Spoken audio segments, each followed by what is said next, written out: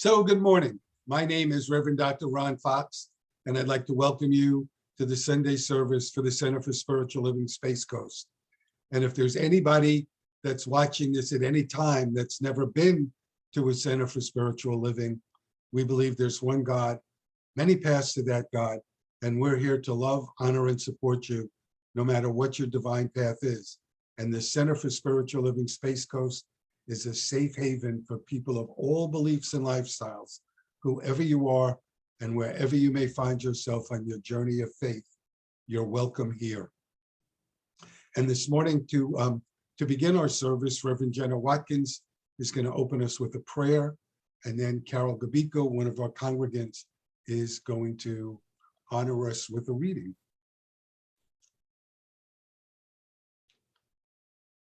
Good morning. I invite you to sit back in your chair, relax into this sacred, holy moment, and recognize that each and every one of us is made in the image and likeness of the High Holy One, of that divine presence that is love.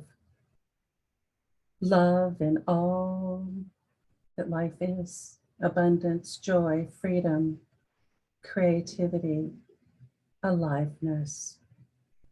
We are each made in the image and likeness of this beautiful, infinite, unlimited presence of love. And in that awareness, we recognized we are unlimited, we are safe, we are healed, we are whole. And we come together today to share in love and community, to remember that we are connected in spirit and one with each other, that all of humanity is our brother and sister. We are all one in spirit. And I bless this moment, for it is sacred. It is a sacred time of learning and growing and sharing and loving and caring. And I know that our speaker, Reverend Dr. Ron Fox, is filled with the awareness and the light and the love of spirit, that it flows in as and through him and into every word he speaks today. And that we hear with divine ears, hearing those thoughts and ideas and words that allow us to be more empowered, to grow closer in awareness of who we really are, to be fully, completely our authentic selves. I give thanks for this moment. I give thanks for Reverend Dr. Ron, and so it is. So it is. That was beautiful, Jenna. Have you ever thought of how many choices you make each day? I have. I don't want to get up, but I have things to do. Coffee or shower first? What should I feed my picky cat? Is this garbage day? And on and on and on.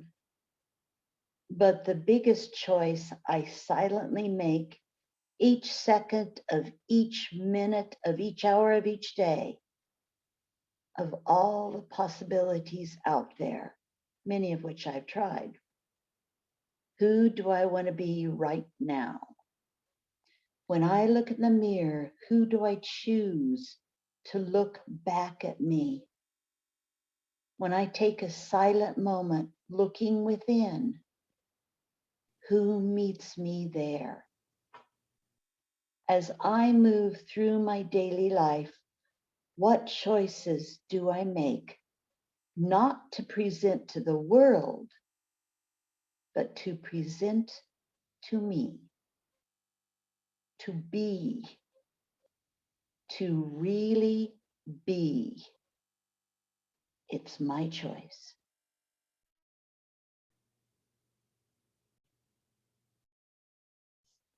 Well, Carol, thank you so much. So the title of the message today is, who do I choose to be in this moment? And I want to tell you, when I saw that question, on some level for me, and I really don't say this lightly, it was really life-changing for me. And so I want to tell you how I came to this. So some of you know, Becky and I are taking a class from IONS, the Institute of Noetic Science, on conscious aging. And when we complete the class, we'll be facilitators of the conscious aging, the IONS conscious aging program. And so we'll be able to do workshops on it. And this week, we started to read the material, and we listened to a recording of one of the instructors. And I want to share with you what she said. She said in life that there are two mindsets that all of us have. We all go through both of them. And one is called the learner mindset, and the other is called the judger mindset. And she said the questions that we ask ourselves in the mindset from which we ask them shape how we feel, how we relate, and ultimately the results we get from life. So I want to just share with you how she described the two mindsets. So here's what she said about the learner mindset. It's more open-minded, it's more curious, it's accepting, it's positive, and it's feeling connected with the future orientation. It's a win-win orientation, wabi-sabi. It's agefulness. And she said the judger mindset, it's more closed-minded, more negative, more pessimistic. It's feeling separate, fear-oriented, etc. So you get the idea. And she said, we both go through all of them. And she gave us an example that I'll share with you from her life. So she works at home upstairs. Her husband is a psychologist. He works downstairs.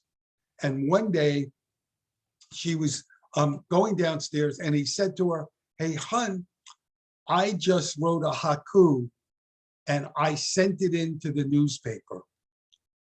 Her mindset internally was the judger mindset. She thought to herself, how could you do that? Why would you send that haiku in without letting me see it first, without sharing? I can't believe you did that. In her mind, she also thought, who do I choose to be in this moment? So instead of acting on the judger mindset, she said, wow, hon, must have been really good. I'm really proud of you. Sometime I'd love to see it. Big difference in what that does to the relationship. And when I saw that question this week, who do I choose to be in this moment? I really felt I can choose that anytime I want. And I actually had a couple of instances this week where I was really upset at a couple of people, and I stopped and I thought that to myself, who do I choose to be in this moment? And it totally changed how I related and led to a very different outcome than we would have had if I acted on my feelings of hurt and anger. Ernest Holmes wrote, "Circumstances do not create themselves. They're always molded by somebody else's thought pattern." And he also said, you know, just as electricity is all over, in order for it to be useful, it needs to be directed. And he said, we must direct spirit's power consciously. And we can do that. We have the ability to do that because we have control over our thoughts and over our actions. And Holmes said, suppose every day you said this to yourself. Suppose every day you said this. And this is a quote: "My thoughts are radiant with the light of spirit. There is no darkness in my mind.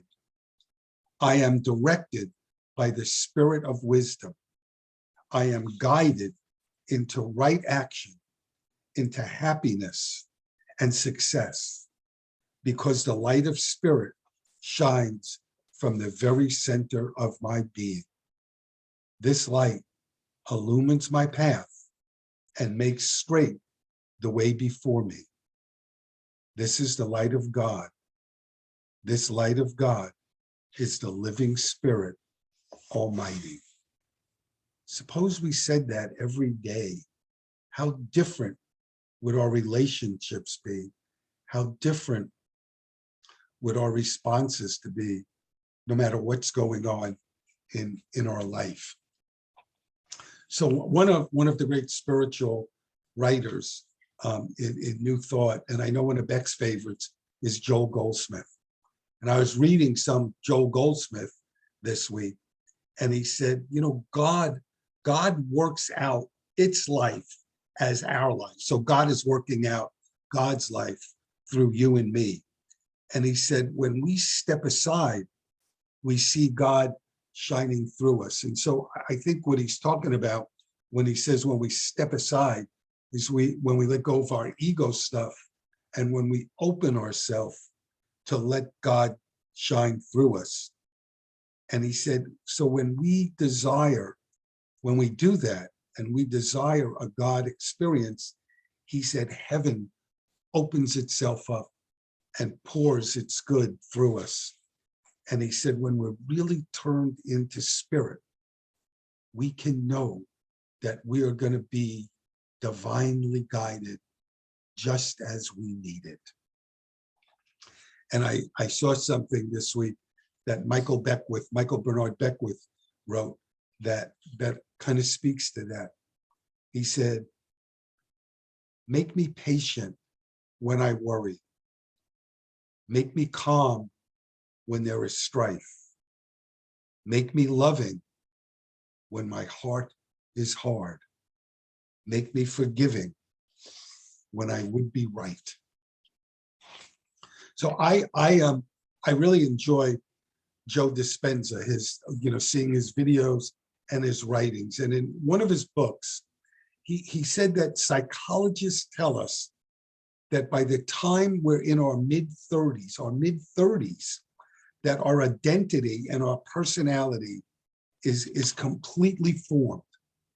And so what that means is that by that time, we've memorized a set of behaviors, a set of attitudes, a set of beliefs and emotional reactions that are now subconsciously planted in us, that we've gone over it so many times that they become subconscious reactions. So what that means is that we think the same thoughts, we feel the same feelings, we react in identical ways, and we behave in the same manner. And so what that's saying is that a lot of what we do is automatic. It just becomes automatic ways of reacting. And so 95%, we're talking about subconscious now, 95% of what we do is automatically programmed. 5% is conscious. So think about that. That's telling us that 5% of our mind is struggling with 95% that's automatic programs. And if you follow that line of questioning through, that means 95% of our day, we're unconscious.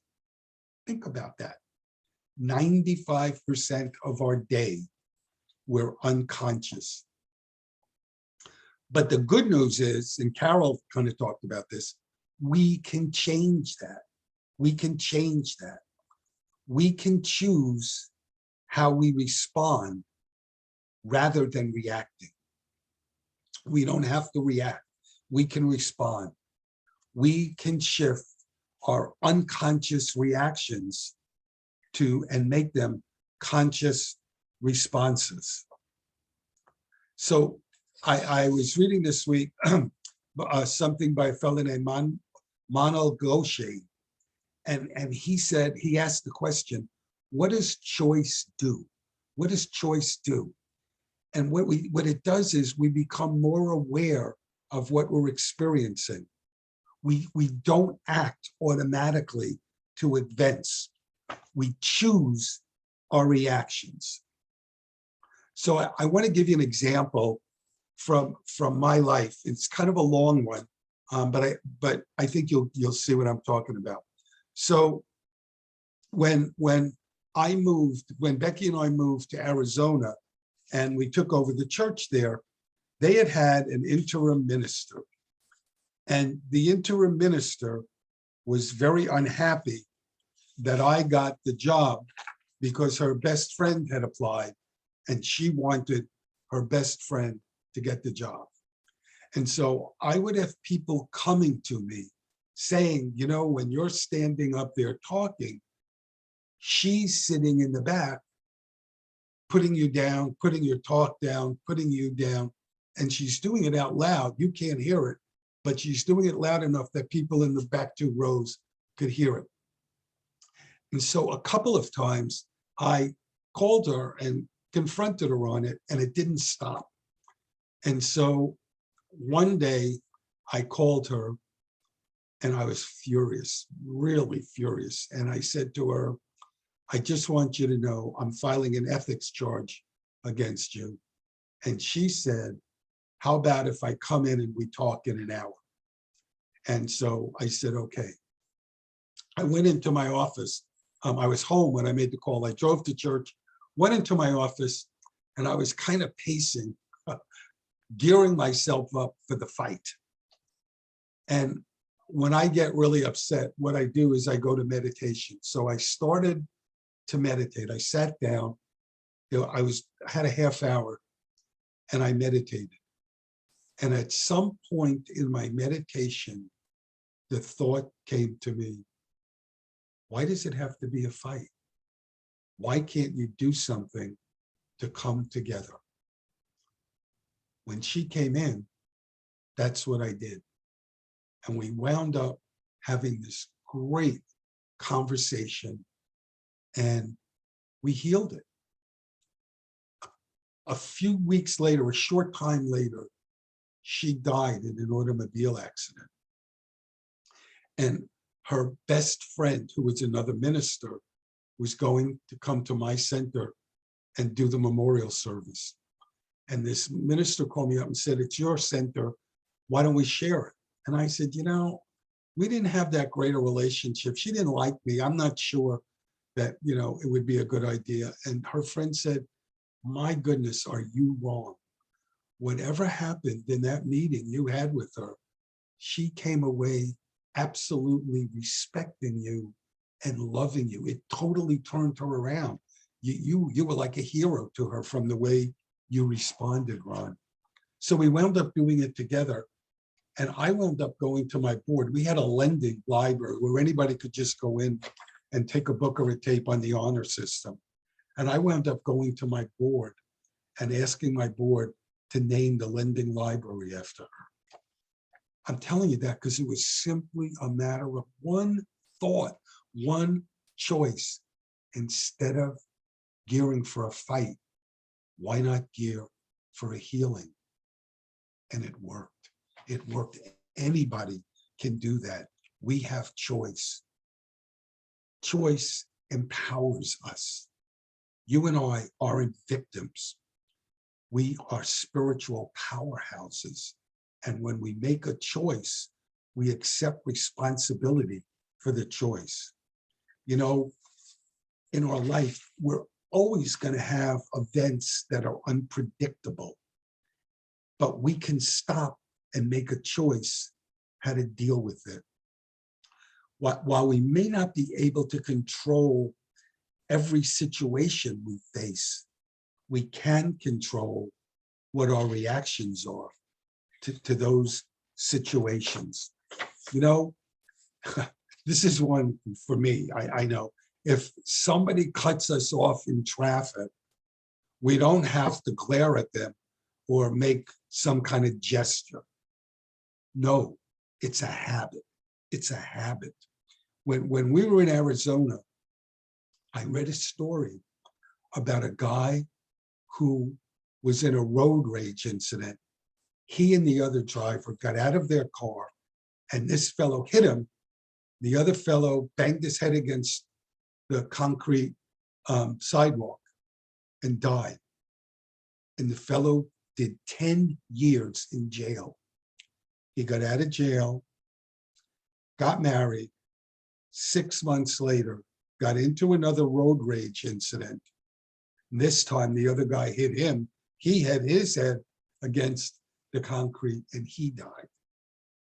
Is that ridiculous? Just a habit. Nobody took the time to think about what their reaction would be. I want to give you one more example, and I know this is a very stark example. In fact, I wasn't sure I was going to use it, and I actually ran it by Beck, and she said, it's such a good example, use it. And it's true. I know both of the people involved in this. When I lived in Maine, my best friend, it happened before I moved there, but he told me about it. He came home from work early to do a run with his son. When he walked into his bedroom to change, his wife was in bed with another guy. And he looked at her and he said, I'm going to change and go for a run. Get him out of here before I come back. He went for the run. The guy was gone when he came back. And eventually they got divorced. And my friend eventually found somebody else, got married, and we've kind of lost touch. But when we were in touch, he was living a really happy life. When we were here several years ago, somebody came to me to talk and wanted to do a workshop in church. He too had come home early from work one day, found his wife in bed with somebody else, and he killed them both. And he did 25 years in jail. Same circumstance. One person had whatever it took him to react one way. Someone else reacted in an entirely different way and took 25 years out of his life. We can all stop. We can all think. We can all make choices that are life affirming rather than life snuffing. Somebody once wrote, choice is power, choice is awareness, and choice is freedom. Choice is the freedom to be who God meant each of us to be. So I read an article by a lady named Kristen Cavanaugh this week, and she begins the article with a quote from a lady named Maria Robinson. The quote is, nobody can go back and start a new beginning, but anyone can start today and make a new ending. How you write the script that runs your life is entirely up to you. Life happens in moments that, when they're strung together, make a day, a week, a month, a year, a life. Every moment, you and I have the ability to flip the switch to be something completely different. Think about this. I love this. We're only a moment away, you and I, from becoming exactly who you want to be. We're only a moment away from becoming exactly who we want to be. You get to decide what kind of person you want to be, and you get to decide how you choose to live each day. Ask yourself, who do I choose to be in this moment? I want to close with a quote from Ernest Holmes. He wrote, "Guard well this garden of your mind. It is God's garden of your soul. It is your garden of Eden, wherein you may grow your fondest desires and hopes, blossoming into fulfillment. Or, if you permit, the weeds of destruction, fear, and doubt will choke out the beauty of hope until despair alone remains. Watch carefully then this garden of your soul. Plant there only seeds of happiness, of joy, of peace, and goodwill." God bless you. Thank you for tuning in, and have a wonderful week.